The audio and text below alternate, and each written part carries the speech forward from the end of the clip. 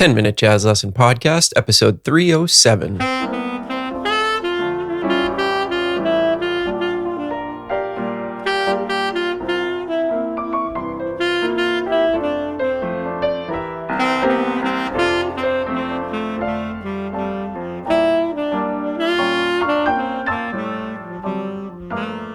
Hey everybody, welcome back to episode 307 of the 10-Minute Jazz Lesson Podcast. So happy to have you back in, or if you're a new listener, welcome. On this show, we do short and concise jazz lessons each and every week to help you along your jazz journey. So this week we are back in it with part 4 in our series on learning tunes. And this week we're going to start talking about chord progressions and whether you should be learning them by ear or not, and some advice on how to learn chord progressions and tunes in the best way. But as always, before we jump into the show, just wanted to remind you this is a listener-supported podcast, which means we do not do advertisements on the show. Instead, we rely on listeners just like you to support the show with a small monthly donation. And in return for that donation, you do get PDFs for every single episode, along with audio examples and lots of extras that will be absolutely crucial in your jazz education. The way that we do that is through the Patreon platform. So if you want to check that out and become a supporter of the show, go to 10minutejazzlesson.com, click on one of the Patreon banners, and get yourself signed up today. Quick shout out to some new patrons this week. Thank you to our new $5 patron, Luis. Thank you to our 2 new $3 patrons, Mike and Carl. And thank you to Amelia and Mike for editing their pledges from $3 up to $5. Welcome to the 10-Minute Jazz Lesson family. Again, if you want to get signed up and get all those benefits that I mentioned, go to 10minutejazzlesson.com, click on one of the Patreon banners. Very easy to get signed up, and you get instant access to everything we have ever done. All right, so let's recap what we have done in the first 3 episodes of the Guide to Learning Tunes. So we went over some really common chord progressions to look out for that is going to set you up with a nice foundation for when you actually go to learn the tunes. We have talked about hearing form by ear, and we have also talked about learning the melody. So we're getting pretty close now. Now we come to what I think is one of the biggest topics amongst people that are trying to learn jazz standards, the chords. Now, up to this point, we have been exclusively using our ears to learn and conceive of these tunes. And we're not necessarily going to leave that behind, but when it comes to chord progressions, this is the real struggle. You know, hearing a form, hearing a melody and learning a melody by ear, those are things that all of us, I think, without question, need to be able to do. But when it comes to the chord progression, it really depends on the tune. And hearing chords and being able to tell, first of all, what the chord is, second of all, what quality it is, when we start to get to some really advanced tunes, it is very difficult, even for a very advanced jazz musician, to figure out exactly what is going on by ear. So this is the part of the process where you will hear me say it's okay to use the real book or find a resource online or use your iReal Pro or whatever thing you use that is your companion in the practice room. This is the time where I think it's okay to start doing that, actually looking up the chord changes. Now, that's not to say you're not going to use your ears. Of course, you still have to use your ears, and I still want you being ear forward like we always are in this process and every other process that we ever do here on the show. But now you can start using those written resources.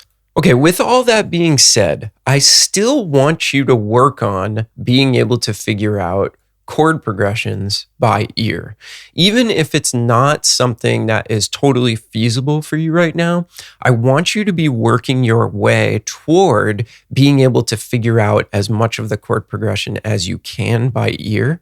And let's talk about a couple of things that you can do to actually get started with that process. So the first thing that will get you really far as figuring out chord progressions by ear is picking the right tunes to start with. So here's one of my biggest tips that I got when I started doing this from my teachers, start with a bossa nova, because the bass line on a bossa nova tends to be a lot simpler than it would be on a swing tune. It is just the nature of that music that the bass lines are not super, super busy. And what I want you to do is I want you to pick a simple bossa nova. So the tune that we're going to be going over today and we're going to be using as kind of our template for everything we're going to talk about is Blue Bossa, a fairly simple tune, not a ton of chord movement. That would be like the perfect example of a tune that you could start seeing how good you are at figuring out the chord changes by ear. Then you can go back and use the resource later, look to see if you are correct. But that is the type of tune that would really, really lend itself to trying to start the process. Now, if you do want to do a swing tune, which I also recommend, choose something that's really, really old school. So I'm talking like the music of the 1920s. Think like Louis Armstrong, Sidney Bechet, musicians like that. Those tunes tended to be much, much more simple than, let's say, the music of the 1950s and forward. So if you're doing pretty well with those bossa novas and you're saying, hey, I'm getting pretty good at this, I can really start to hear what's going on with the chord progression, then move on to maybe some Louis Armstrong stuff and try to figure out those chord changes by ear. What you will notice is that back then, there was largely a formula, and the tunes were relatively similar with these small differences in certain strategic places. This is a great place to start when you want to start figuring out chord changes by ear in swing-based music. So that's my initial advice for you.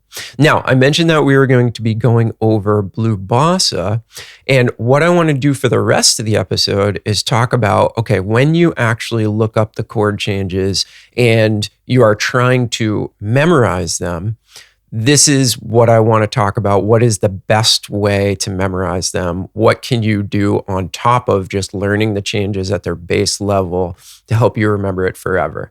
Because if you don't know a lot of tunes, you're going to think there's no way that I could possibly forget this tune that I just learned. But what you're going to realize is once you know a certain number of tunes by memory, it becomes almost impossible to instantly be able to recall all of the chord changes to a tune.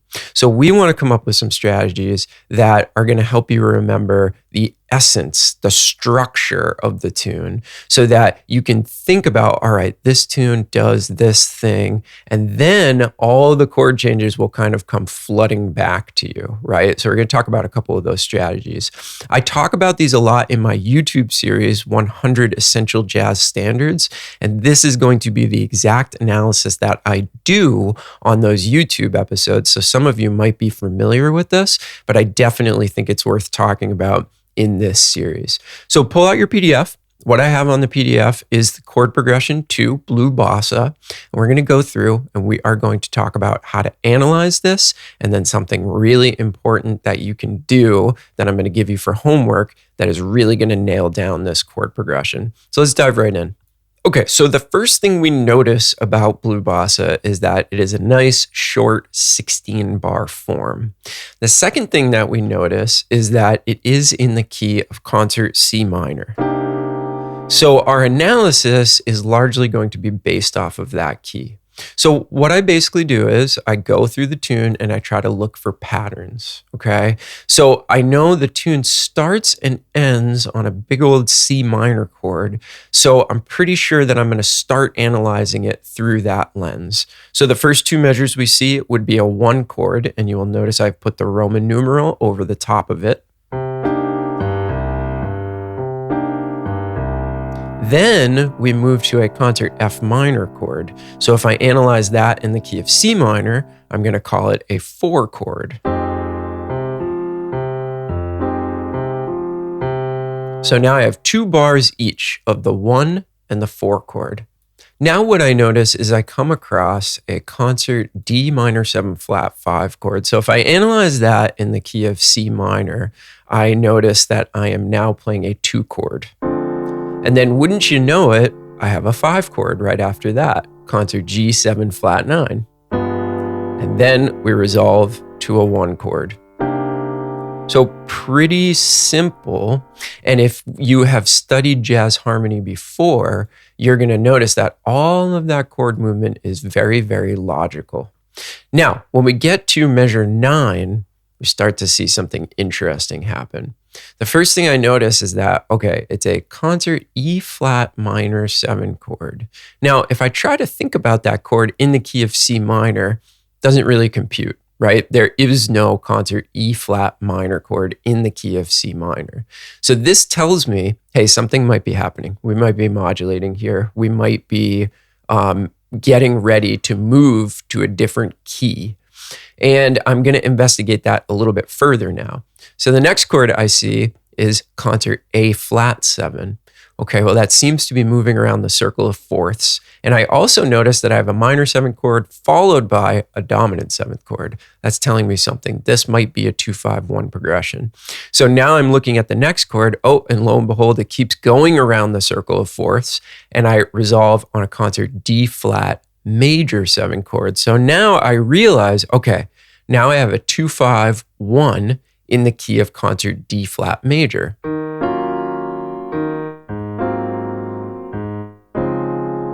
All right, so we are definitely modulating here. And where are we modulating? To the key of D flat major. How does that relate to the key of C minor? Okay, so we are modulating up a half step to a major key. And that is what makes this tune so cool, is that sound of the tune modulating up. Okay, you get that nice 2-5 in C minor.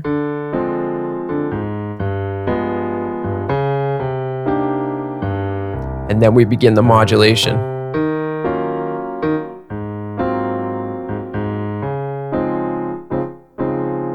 And then as soon as we are in that key of D flat major, I notice that we are going right back to the key of C minor by way of our trusty old 2-5-1.